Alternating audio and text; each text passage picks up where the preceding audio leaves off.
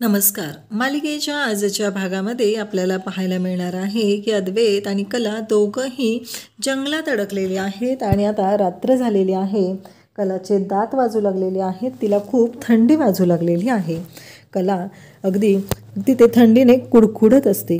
त्याच वेळी आपल्याला पाहायला मिळतं की कला आणि अद्वैत हे दोघंही आता थंडीमध्ये तिथं आहेत आणि कला म्हणत आहे की माझे दात वाजायला लागलेत. अद्वैत म्हणतो की हो, माझ्याबद्दल वाईट बोलतेस ना, मग असंच होणार आहे.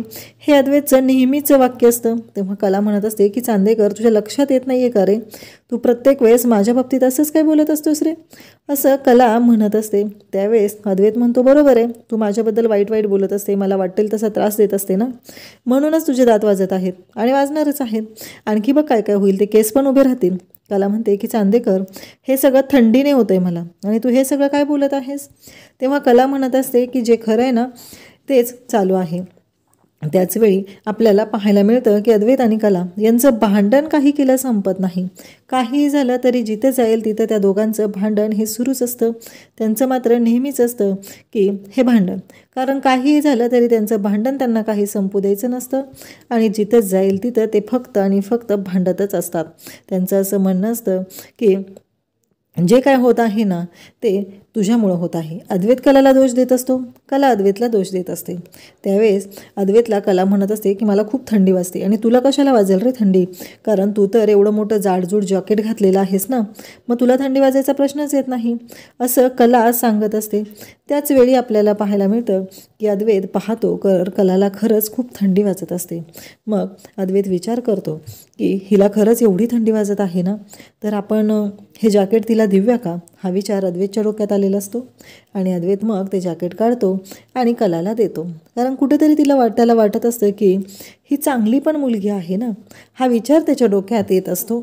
असं म्हणून त्याने त्याचे अंगातलं जॅकेट काढलेलं असतं, ते कलाला दिलेलं असतं. कलाला खूपच थंडी वाजत असते आणि अद्वैत त्या काळजीने तिला ते जॅकेट लगेचच काढून देतो. कला पण ते जॅकेट घेते आणि अंगामध्ये घालते. तिला खूपच छान वाटत असतं, कारण ते जे जॅकेट आहे ते कलासाठी खूपच स्पेशल असतं, कारण अद्वैतने स्वतःहून ते जॅकेट तिला दिलेलं असतं. त्यामुळं तिला त्या जॅकेटचं महत्त्व एक वेगळंच असतं. त्यानंतर आपल्याला पाहायला मिळतं की अद्वैत हा तिथे उभा असतो. आता अद्वैतचे दात वाजायला लागलेले असतात. कला म्हणत असे, चांदेकर आवाज कशाचा येतोय रे. तेव्हा इकडे अद्वैतचे दात वाजत आहेत हे कलाच्या लक्षात आलेलं असतं. कला म्हणते बरोबर आहे, तू मला त्रास देतोस ना, म्हणून आता तुझे दात वाजायला लागलेले आहेत. हे त्यांच्या दोघांचं लुटूपुटूचं भांडण काही केल्यास संपतच नसतं. त्यांचं फक्त एकमेकांशी भांडण एवढंच चालू असतं. तेव्हा कला म्हणते की चांदेकर बास आता, कारण आपण या जंगलात जे आलेलो आहे ते एकमेकांचे दोष काढण्यासाठी नाही आलेलो, एवढं लक्षात ठेव, असं कला बोलत असते. त्याच वेळी आपल्याला पाहायला मिळतं की कला पुन्हा अद्वैतशी बोलायला सुरुवात करते. ती म्हणते की चांदेकर, आपण शेकोटी करूया खरं इथे. तेव्हा अद्वैत म्हणतो बरोबर आहे, अशा आयडिया तुला सुचणार ना गं. तेव्हा कला म्हणते हो, मी खरंच सांगते, जा ना मग लाकडं घेऊन ये जा शेकोटी करायला, असं म्हणत ती अद्वैतला लाकडं आणण्यासाठी पाठवते. अद्वैत म्हणतो की तू पण चल ना माझ्यासोबत. कला म्हणते अरे चांदेकर, तुला माहिती आहे ना मला नाही चालता येणार, म्हणून मी तुला जा म्हणत आहे. तेव्हा अद्वैत म्हणतो ठीक आहे, नाहीतर तुला त्या लाकडांना सगळ्यांना मला उचलून आणत बसायला लागेल, त्याच्यापेक्षा माझी मी एकटा गेलेला बरं, असं म्हणत अद्वैत जाऊ लागतो. आणि अद्वैत जेव्हा ती लाकडं आणण्यासाठी गेलेला असतो तेव्हा कला म्हणते लवकर या चांदेकर, जास्त लांब जाऊ नकोस. म्हणजे कलाला पण कुठंतरी मनातून भीती वाटत असते, जर चांदेकर जास्त पुढे गेला तर, ही भीती तिच्या मनात कायम असते. अद्वैत पुढे जातो, तिथे लाकडं गोळा करतो आणि मग ती लाकडं घेऊन येतो. परंतु कला आणि अद्वैत यांच्या डोक्यात ही गोष्ट मात्र येत नाही की आपण लाकडं तर गोळा करून आणलेली आहेत, परंतु आता ही शेकोटी पेटवायची तरी कशी, हा मात्र प्रश्न त्यांच्यापुढे अजूनही पडलेला नसतो. ते मात्र शांतच असतात, कारण काहीही झालं तरीही नक्की त्याच्यामागे काय आहे, आता हे कसं पेटवायचं आहे हा प्रश्न पडलेला असतो. तेव्हा कला म्हणते की चांदेकर, आता शेकोटी पेटवायची कशी रे, आपल्याकडे माचीस लायटर काहीच नाही आहे. तेव्हा अद्वैत म्हणतो की आता तो तुझा प्रश्न आहे, बघ ना तूच बोलली ना शेकोटी करायची आहे, मग आता शेकोटी करायसाठी मी लाकडं तर आणलेले आहेत, मग पुढे काय करायचं आहे ते तू सांग ना मला, असं अद्वैत बोलत असतो. त्याचवेळी इकडे अद्वैत असं म्हटल्याबरोबर कला म्हणत असते की बघूया, आपण करूया उपाय. सरोज मात्र खूपच घाबरलेली असते. ती कंटिन्यू अद्वैतला फोन लावत असते. अद्वैतचा फोन लागत नसतो. आउट ऑफ सर्व्हिस नेटवर्क दाखवत असतो. आबाही तिथं असतात. तर आबांना सरोज त्याचबरोबर रजनी सांगत असतात की आबा तुम्ही जाऊन आराम करा. आबा म्हणत असतात की जोपर्यंत मुलं सुखरूप आहेत ही गोष्ट माझ्या कानावरती पडत नाही तोपर्यंत मला काही चैन पडणार नाही. मी आज जाऊन पण शांत होऊ शकणार नाही असं आबा म्हणत असतात. तेव्हा सरोज म्हणत असते पण आबा तुम्ही ऐका ना. आबा मात्र ऐकायलाच तयार नसतात. आणि त्याचबरोबर आपल्याला पाहायला मिळतं की सरोज म्हणते की मी कंटिन्यू फोन लावते पण फोनच लागत नाही. तेव्हा तिथे आलेली असते ती म्हणजे रजनी आणि संगीता. संगीता म्हणते सोहमरावांना एकदा फोन लावून बघा बरं, ते शोधायला गेलेत ना. सरोज म्हणत असते की आबा मला तर असं वाटतंय की मी पोलिसांनाच फोन केला पाहिजे. असं म्हणत सरोज आता पोलिसांना फोन करायचं ठरवते. परंतु त्याआधी सोहमला फोन लावला पाहिजे म्हणून तिने सोहमला फोन लावायला घेते. तर रजनी इकडे सोहमला फोन लावते. सोहमचा फोन काही लागत नसतो. सोहम फोन उचलत नाही, सुरुवातीला लागत नाही. या सर्व गोष्टी घडत असतात. इकडे सोहम त्याचबरोबर रॉकेट आणि श्रीकांत सर्वजण हे शोधाशोध करत आहेत. हे कुठं गेलेले आहेत, मुलं कुठं आहेत हा प्रश्न सगळ्यांनाच पडलेला असतो. त्यामुळं ते तिघंही शोधत आहेत. नक्की यांचं काय झालं आहे, हे कुठं असतील हा प्रश्न पडलेला असतो. सोहम पण शोधत असतो.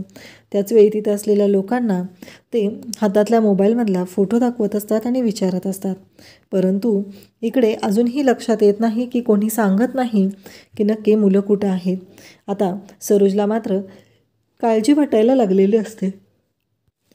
मग सरोज सोहमला फोन करते. सोहम फोन उचलतो आणि म्हणतो की काकी आम्ही शोध घेतोय पण मला कळतच नाही आहे की नक्की काय झालेलं आहे. हा प्रश्न जेव्हा तिथे सोहम विचारतो तेव्हा सरोज म्हणते की आता काय करायचं. तेव्हा सरोज म्हणते की आता मी पोलिसांना कॉल करू का. हे सरोजचं बोलणं चालू असतं. आणि त्याचबरोबर आपल्याला पाहायला मिळतं की इकडे आता शेकोटीची सगळी तयारी केलेली आहे आणि हे दोघंजण दगडावर दगड आपटून तिथे आग निर्माण करायचा प्रयत्न करत आहेत. अश्मयुगामध्ये अशाच पद्धतीने कला आणि अद्वैत दोघंही एकमेकांना चिडवत असतात. अद्वैत म्हणत असतो की नक्की काय करायचं ते शोधून काढ ना जरा, कशा पद्धतीने आग बनवता येईल ते ठरव असं बोलत असतात. त्याचवेळी कला म्हणत असते की कसं आहे माहिती आहे का चांदेकर, दगडावर दगड आपटल्यामुळं आग तयार होते. आता इथे तू बघ ना, विचार कर बरं. अद्वैत म्हणत असतो रोज तर नुसत्या ठिणग्या उडत असतात पण आज मात्र नाही. तू बोललीस ना तरी मला वाटतं की ही शेकोटी पेटेल असं बोलत असतो. आणि त्याचवेळी अद्वैत कलाला बोलत असतो. कलाला म्हणत असतो की मला ना रोजच धूर दिसतो. कला म्हणत असते की मला धूर दिसतोय अद्वैत इथे, चांदेकर इथे. तेव्हा अद्वैत म्हणतो मला तर रोजच दिसतो तुझ्या डोक्यावरती, कारण तू जळत असतीस ना. हे सगळं अद्वैत बोलत असतो. त्यावेळेस कलाला मात्र खूप राग आलेला असतो. कला भयानक चिडत असते. कलाचं असं म्हणणं असतं की चांदेकर तुला काय वाटतंय, तुला हे जे पटतंय का. कारण काहीही झालं तरीही आत्ता आपण ज्या पद्धतीने इथे ह्या गोष्टी सिच्युएशन हँडल करत आहोत ती गोष्ट बघ ना तू जरा, असं म्हणत कला अद्वैतशी बोलत असते. अद्वैत तिला म्हणत असतो की आता आग कशी करायची ती बघ. तेव्हा अद्वैत त्याचबरोबर कला सर्वजण तिथे आहेत. चांदेकर म्हणतो की बाद झालं आता, मी तुझ्यावर ना खरंच वैतागलोय खरे असं म्हणत अद्वैतने कलाच्या पुढे अक्षरशः हात जोडलेले असतात. तेव्हा कला म्हणत असते की चांदेकर त्याहीपेक्षा महत्त्वाचं आहे ते म्हणजे आता आपल्याला इथे आग निर्माण करायची आहे. तिकडे मला धूर दिसतोय, आपण जाऊया तिकडे, बघूया तिथे कोणतरी असेल मदतीला असं म्हणत ते दोघंही जायला निघतात. त्याचवेळी आपल्याला पाहायला मिळतं की हे विचार करत असतात आणि अद्वैत कलाला म्हणत असतो की तू ना खरे तू आहेस ना माझ्या आयुष्यात म्हणूनच प्रॉब्लेम आलेले आहेत. अद्वैत मात्र एवढं सगळं बोलत असतो पण कलाला मात्र तेवढं समजून घेत असतो, सांभाळून नेत असतो. कलाला पकडलेलं असतं आणि दोघंही निघालेले असतात. कलाला घेऊन सावकाशपणे अद्वैत जिथे धूर आहे त्या बाजूने जात आहे. अद्वैत आणि कला दोघंही तिकडे निघालेले असतात. खूप थंडी असते, दोघांचेही दात वाजत असतात. कलाला सावरत सावरत ते निघालेले असतात. अद्वैतला कला सांगते की चांदेकर मला काय वाटते माहिती आहे का, जे तू आत्ता तोंडाला ते रुमाल पकड. अद्वैत म्हणतो रुमाल नाही आहे माझ्याकडे, मगाशी तुझ्यामुळेच पडला ना. तेव्हा तो कलाचा साडीचा पदर घेतो आणि तो जो पदर आहे तो तिथे तोंडाला पकडतो. कारण अद्वैतला अस्थम्याचा त्रास असतो आणि अद्वैतला जास्त त्रास होऊ नये म्हणून कलाने त्याला ते सांगितलेलं असतं. त्या धुराने अद्वैतला त्रास होऊ शकतो म्हणून कलाने हा उपाय त्याला सांगितलेला असतो. त्याचबरोबर आपल्याला पाहायला मिळतं की अद्वैत आणि कला त्या धुराच्या दिशेने जातात आणि पाहतात तर काय, तिथे कोणीतरी शेकोटी केलेली असते. तिथे विस्तव असतो. कला म्हणते की 1 तासाभरापूर्वीच इथे शेकोटी केलेली होती. मगाशीच जर आपल्या लक्षात आलं असतं तर आपल्याला त्या लोकांकडून मदत घ्यायला मिळाली असती. हे सगळं त्यांचं बोलणं चालू असतं. त्याचबरोबर कला अद्वैतला समजवत असते आणि दोघंही ते आता तिथलं जे लाकूड आहे ते घेऊन निघालेले असतात आणि त्या लाकडाला विस्तव असतो आणि त्या विस्तवावरूनच त्यांना आता शेकोटी पेटवायची असते. त्याचबरोबर आपल्याला पाहायला मिळतं की इकडे आबा विचार करत आहेत. सरोजने पोलिसांना फोन केलेला आहे आणि पोलीस मात्र सरोजला म्हणत आहेत की अजून 24 तास झालेले नाहीत. 24 तास कंप्लीट झाल्याशिवाय आपण कंप्लेंट नोंदवून घेऊ शकत नाही, कारण जर त्याआधी आम्ही पोलीस कंप्लेंट नोंदवून घेतली तर ते इल्लीगल होईल असं त्यांचं म्हणणं असतं. त्याचबरोबर आपल्याला पाहायला मिळतं सरोज खूप टेन्शनमध्ये असते. मुलांचं काय झालं असेल, आजचा अद्वैत कसा असेल हा प्रश्न तिला पडलेला असतो आणि ती त्याच विचारात असते. सरोजला असं वाटत असतं काहीही झालं तरीही अद्वैत हा सुखरूप असला पाहिजे. तिच्या डोक्यात कलाच्या बाबतीत काहीही विचार नसतात. त्याचबरोबर इकडे विचार चालू असतो आणि त्याचवेळी तिने विचार करता करता तिला टेन्शन यायला लागतं, कारण माझा अद्वैत कसा असेल, माझा अद्वैत बरा असेल ना, तो कुठल्या टेन्शनमध्ये तर नसेल ना. ह्या सगळ्या गोष्टी इकडे सरोजच्या डोक्यात चालू असतात. तिचं असं म्हणणं असतं की काहीही झालं तरी अद्वैतला काही होता कामा नये, हे तिचं चालू असतं. कारण अद्वैतच्या बाबतीत ती खूपच पॉझिटिव्ह असते. अद्वैतच्या बाबतीत तिला खूपच टेन्शन येत असतं. माझा अद्वैत सुखरूप तर असेल ना, पोलिसांनी तर असं सांगितलेलं आहे, हे सगळं तिच्या डोक्यात सुरू असतं. त्याचवेळी रोहिणीने हे सगळं ऐकलेलं असतं आणि मग तिने आता फोन केलेला असतो, तो म्हणजे राहुलला फोन करून रोहिणी म्हणत असते की राहुल, अजून तुला किती वेळ लागणार आहे, असं रोहिणी राहुलला विचारत असते. त्यावेळेस राहुल म्हणतो की ऑलमोस्ट मी पोहोचतच आलेलो आहे आणि आता थोड्याच वेळात मी पोहोचत आहे, असं राहुलने सांगितलेलं असतं. त्याचवेळी आपल्याला पाहायला मिळतं की राहुलने तो पोहोचतोय हे सांगितलेलं आहे. इकडे मात्र कला आणि अद्वैत यांनी शेकोटी केलेली आहे आणि ते शेकोटी करून तिथे शेकोटीच्या समोर बसलेले आहेत. त्यांना दोघांनाही आता सध्या तरी खूप छान वाटत आहे. त्या दोघांनी ही परिस्थिती हँडल करायचं ठरवलेलं आहे आणि त्याच पद्धतीनं ते दोघंही त्याच्यावरती उपाय काढत आहेत.